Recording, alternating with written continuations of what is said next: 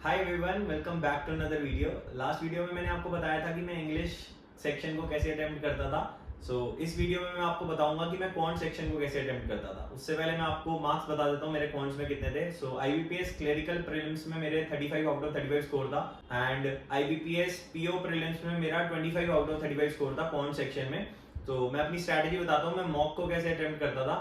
तो मॉक्स को मैंने 3 पार्ट में डिवाइड कर रखा था क्वांट सेक्शन में। सबसे पहला पार्ट था स्पीड मैथ्स का। स्पीड मैथ्स में आपको पता है टॉपिक्स आते हैं सिंप्लीफिकेशन, अप्रॉक्सीमेशन, क्वाड्रेटिक इक्वेशन या फिर नंबर सीरीज, ये टॉपिक्स आते हैं। तो सबसे पहले इन पार्ट्स को अटेम्प्ट करता था क्योंकि ये पार्ट्स में जितने भी क्वेश्चंस होते हैं वो कम टाइम में ज्यादा क्वेश्चंस आप अटेम्प्ट कर सकते हो।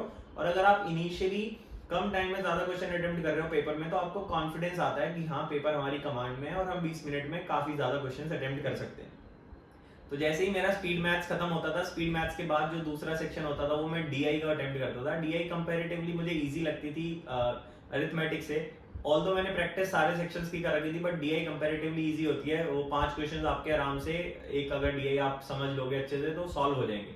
अगर डीआई कंप्लीट करने के बाद डीआई में अगर कोई मेरे डीआई बच जाती थी, फॉर एग्जांपल 3 डीआई आई हैं और या फिर 2 डीआई आई हैं, एक डीआई मैं सॉल्व कर पा रहा हूँ, दूसरी में मुझे टाइम लग रहा है, तो मैं स्किप करके अरिथमेटिक पार्ट में आ जाता था और अरिथमेटिक में जितने भी इजी क्वेश्चंस होते थे उनको पहले अटेम्प्ट कर लेता था।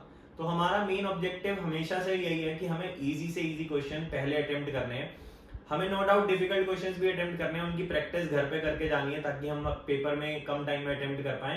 लेकिन हमें एग्जाम में ये ट्राई करना है कि हम इजी क्वेश्चंस ज्यादा से ज्यादा अटेम्प्ट कर पाएं एंड ताकि हमारा स्कोर जो है ज्यादा बढ़ पाए।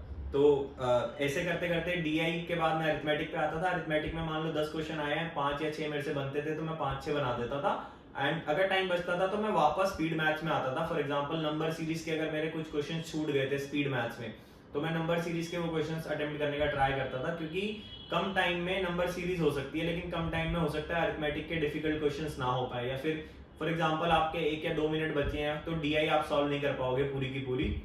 उस टाइम में मैं यूटिलाइज करता था स्पीड मैथ्स में जाके कुछ क्वेश्चन जो मुझे लग रहा था पहले इंस्टांस में मुझे समझ नहीं आ रहे थे कुछ टाइम में कि कैसे वो सॉल्व होगा, तो मैं बाद में उसको अटेम्प्ट कर लेता था। तो हमारी स्ट्रैटेजी सिंपल रहेगी, सीक्वेंस जो है वो है स्पीड मैथ्स पहले अटेम्प्ट करना है क्योंकि वो कम टाइम में ज्यादा क्वेश्चन आप अटेम्प्ट कर पाओगे। उसके बाद डीआई अटेम्प्ट करनी है और डीआई के बाद अरिथमेटिक पे जाना है। और किसी भी सेक्शन में अगर कम क्वेश्चन अटेम्प्ट हो पाते हैं, मान लो 10 क्वेश्चन आए अरिथमेटिक में 4-5 हो पा रहे हैं तो उसको स्किप करके आप आगे बढ़ जाओ।